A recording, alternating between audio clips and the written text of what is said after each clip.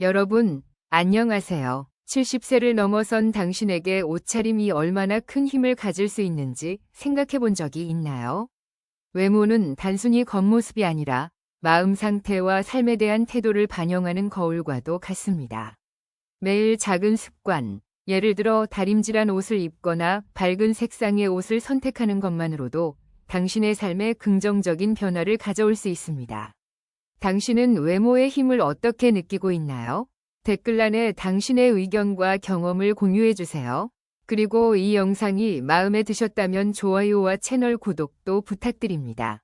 감동적인 이야기. 채널에서는 마음을 따뜻하게 하고 인생의 교훈을 전하는 스토리를 공유합니다. 다음 영상도 기대해 주세요. 파트 1대 70세 이후 삶을 바꾸는 옷차림의 힘. 삶에서 외모는 단순한 겉모습 이상의 것입니다. 외모는 그 사람의 영혼과 운명을 반영하는 거울과 같습니다. 왜 일부 사람들은 항상 자신감 넘치고 행운을 끌어들이는 것처럼 보이는 반면 다른 사람들은 조용히 고난을 견디는 것처럼 보이는지 궁금하지 않으신가요? 그 비밀은 재능이나 재산이 아니라 외모 관리와 같은 작은 부분에 숨겨져 있을 수 있습니다. 옷차림은 단순히 몸을 가리는 도구가 아닙니다. 그것은 그 사람의 성격, 삶에 대한 태도, 세상을 대하는 방식을 전달하는 메시지입니다. 단정한 옷차림은 자신감, 책임감, 긍정적인 에너지를 나타냅니다. 반면 지저분한 외모는 자기 관리 부족을 반영하며 주변 사람들로부터 신뢰를 잃을 수 있습니다. 패션은 젊은 사람들만을 위한 것이 아니면 특별한 날만을 위한 것도 아닙니다. 매일은 자신을 존중하는 기회입니다. 깨끗하고 정돈된 옷을 선택하는 것은 외모를 향상시키는 것뿐만 아니라 주변 사람들에게도 긍정적인 에너지를 전파합니다. 특히 노년층에게 외모를 관리하는 것은 단순한 이미지를 넘어 마음의 활력을 되찾아줍니다. 옷차림은 단순히 마음의 상태를 반영하는 것에 그치지 않고 기분에도 영향을 줍니다. 밝은 옷차림은 우울한 하루를 활기찬 하루로 바꿀 힘이 있습니다. 거울을 보며 자신의 외모에서 자신감과 긍정적인 에너지를 느끼는 것만큼 훌륭한 일은 없습니다. 아름다운 옷을 고르는 시간은 자기 자신에게 사랑과 존중을 가질 가치가 있다는 것을 확인하는 행위입니다. 이는 자기 가치를 높이는 것뿐만 아니라 주변 사람들에게도 당신의 따뜻함과 긍정적인 에너지를 전달할 수 있습니다. 운명을 완전히 바꿀 수는 없더라도 자신을 소중히 여기는 태도를 통해 작은 긍정적이고 지속 가능한 변화를 가져올 수 있습니다. 다림질을 해서 주름을 펴거나 단추를 단정히 잠글 때마다 그것은 자기 존중과 자기애를 보여주는 작은 행위입니다. 이를 통해 당신 자신뿐만 아니라 주변 사람들에게도 영감을 줄 수 있습니다. 삶을 최대한 즐기고 있다는 메시지를 외모를 통해 전달하세요. 나이에 상관없이 옷차림에 투자하는 것은 사치가 아니라 삶의 좋은 것들을 받아들일 준비가 되어 있음을 보여주는 방법입니다. 단정한 옷차림은 무명뿐만 아니라 마음에도 믿음과 행복을 가득 채워줍니다. 파트 2. 개인 이미지를 통한 소통의 힘. 역사를 돌아보면 개인 이미지가 재능이나 언어만큼 중요한 역할을 했다는 것을 증명하는 이야기가 많이 있습니다. 특히 자신을 어떻게 표현하는지는 설득력이나 강화력의 성공 여부를 결정짓는 요소가 될 수 있습니다. 20세기의 두 저명한 지도자, 마하트마 간디와 윈스턴 처칠의 유명한 만남은 그 좋은 예입니다. 독립운동 지도자인 간디는 그의 특유의 소박함으로 유명했습니다. 그는 종종 손으로 짠 옷을 입고 겸손함과 자국민과의 연대감을 상징했습니다. 한편 총리로서 위험 있는 태도로 유명한 처칠은 맞춤 정장을 입고 깔끔하게 맨 넥타이를 하며 늘 등장했습니다. 또한 그의 트레이드마크인 시간은 그의 독특한 스타일을 더욱 강조했습니다. 하지만 어떤 중요한 회의에서 두 지도자의 접근 방식은 개인 이미지의 중요성을 더욱 부각시켰습니다. 처칠은 그의 위험 있는 외모로 결단력 있는 지도자의 이미지를 전달했습니다. 반면 간디는 처칠과의 만남에서도 소박한 외모를 유지하며 외모에 의존하지 않고 리더십의 또 다른 비전을 강조했습니다. 이는 권력은 외모에 있는 것이 아니라 사람과의 연결에 있다는 것을 보여줍니다. 개인의 이미지는 내면적 가치를 반영할 뿐만 아니라 타인이 당신을 어떻게 인식하는지에 큰 영향을 미칩니다. 처칠은 세련된 태도로 정치인과 국제적 지도자들에게 강한 인상을 남겼으며 간디는 진정성과 친근함으로 다른 사람들에게 영감을 주었습니다. 두 사람의 차이에도 불구하고 개인 이미지는 메시지를 전달하는 데 필수적이라는 것을 이해하고 있었습니다. 이 이야기에서 배울 수 있는 교훈은 특히 옷차림을 통한 개인 이미지는 단순한 개성의 반영이 아니라 언어 없이 소통하는 수단이라는 점입니다. 단정하고 적절한 옷차림은 신뢰와 존중을 쌓는 데 도움을 줄 수 있지만 지저분한 외모는 전달하고자 하는 내용의 가치를 떨어뜨릴 수 있습니다. 옷차림은 단순히 리듬을 투영하는 것 이상으로 주변 사람들과의 감정적 연결을 구축하는 열쇠가 됩니다. 중요한 행사에 참석하거나 중요한 파트너를 만났을 때를 떠올려 보세요. 잘 준비된 옷차림을 하고 있을 때 자신감을 느꼈던 경험이 있을 것입니다. 세련된 외모는 단순히 겉모습을 좋게 하는 것뿐만 아니라 집중력을 높여줍니다. 외모가 정돈되어 있으면 눈앞의 일에 온전히 집중할 수 있습니다. 이는 젊은 사람들에게만 해당되는 것이 아니라 특히 안정감과 신뢰감을 전달하려는 노년층에게도 중요한 요소입니다. 옷차림은 화려할 필요는 없지만 적절하고 깨끗해야 합니다. 자신의 가치를 모든 옷차림으로 보여주세요. 간디의 소박한 스타일이든 처칠의 우아한 스타일이든 자신을 어떻게 보이게 하는지가 세상에 당신의 이야기를 전달하는 방식입니다. 강력한 개인 이미지는 단순히 소통의 도구일 뿐만 아니라 자신감과 자기 존중을 나타내며 미래의 기회를 받아들일 준비가 되어 있다는 메시지를 전달합니다. 인생은 항상 순탄하지만은 않습니다. 역경이 사람을 무너뜨리고 신념과 의지, 심지어는 존엄성을 빼앗는 순간이 있습니다. 하지만 가장 어두운 상황에서도 단정한 외모와 자기 존중을 유지하는 것이 길잡이가 될 수 있습니다. 이는 어려움을 극복한 이준호 씨의 이야기가 보여주는 바와 같습니다. 이준호 씨는 한때 유명한 작가였습니다. 그러나 운명의 변곡점에서 그는 뜻하지 않게 감옥에 수감되었습니다. 어두운 벽, 좁은 공간, 그리고 외로운 환경 속에서 많은 사람들은 그가 정신적으로 무너지고 의지가 꺾일 것이라고 생각했습니다. 하지만 그런 상황 속에서도 이준호 씨는 세심한 주의를 기울였습니다. 매일 그는 단 하나뿐인 셔츠를 빨아 말리고 손으로 주름을 펴며 항상 단정한 모습을 유지했습니다.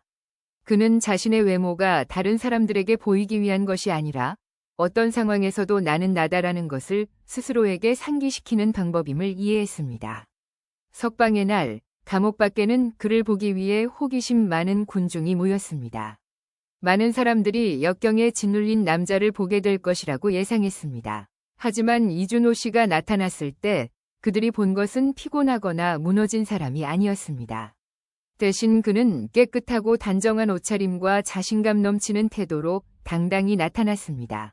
그것은 마치 승리한 왕이 돌아오는 모습 같았습니다. 그의 모습은 모두를 놀라게 했습니다. 이준호 씨는 단순히 감옥의 병에서 해방된 것이 아니라 사회의 편견과 판단을 초월하며 자신의 자존감과 개인 이미지를 끝까지 지켜냈던 것입니다. 자신의 외모에 신경을 쓸 때 당신은 단순히 자신을 존중하는 것뿐만 아니라 상황이 당신의 가치를 결정하도록 두지 않겠다는 메시지를 전달합니다. 이는 특히 정신을 유지하는 것이 어려움에 맞서는데 필수적일 때 더욱 중요합니다. 노년층에게 이준호 씨의 교훈은 더욱 깊이 다가옵니다. 긴 인생 여정 속에서 누구나 힘든 시기와 상실을 경험합니다. 사람을 돋보이게 하는 것은 이러한 도전에 어떻게 대처하느냐에 달려 있습니다.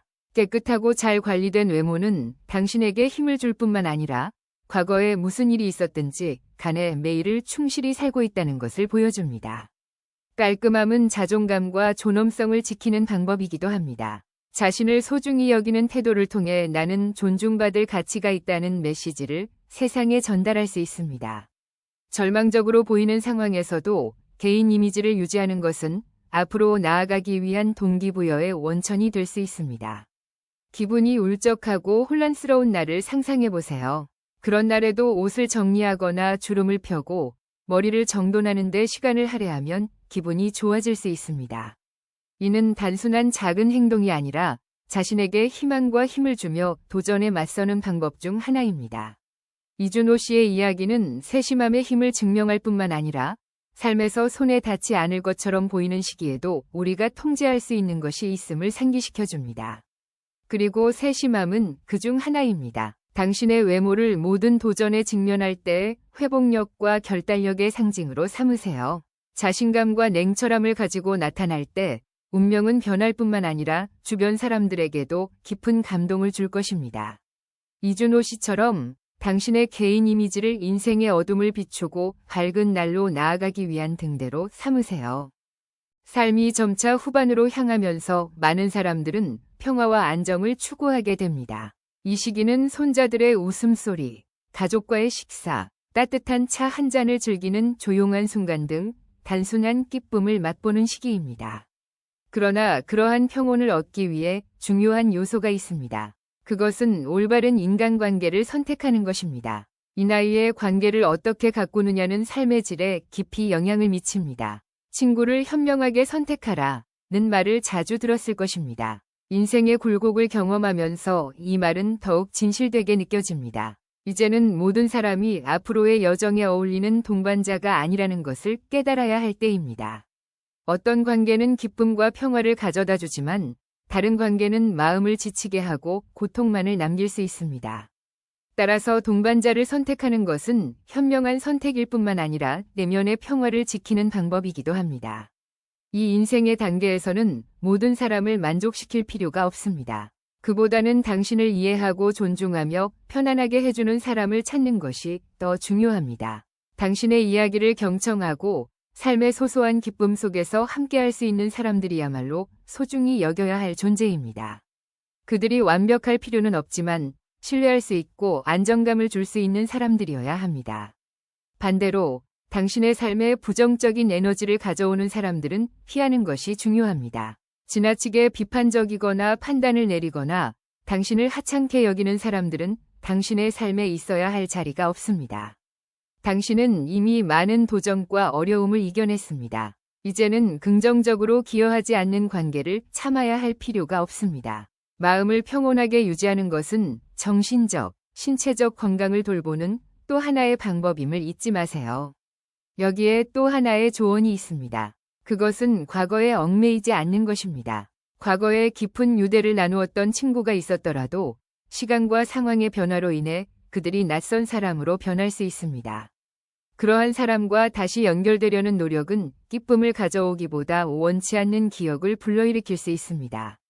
과거를 과거에 남겨두고 현재의 기쁨과 의미를 가져다줄 관계에 집중하세요. 스스로와 시간을 보내는 것을 잊지 마세요. 노년기에 접어든 이 시기에는 자신의 내면에서 기쁨과 행복을 발견하는 것이 매우 중요합니다. 때로는 고요한 아침, 좋은 책 한 권 또는 작은 정원을 돌보는 것이 충만한 마음을 느끼게 해줄 수 있습니다. 동반자를 현명하게 선택함과 동시에 당신 자신이 가장 중요한 동반자임을 잊지 마세요. 이 시기는 싸움이나 갈등을 위한 것이 아니라 즐기기 위한 시간입니다.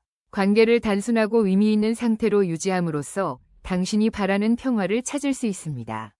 기쁨과 격려, 따뜻함을 가져다주는 사람들로 자신을 둘러싸세요.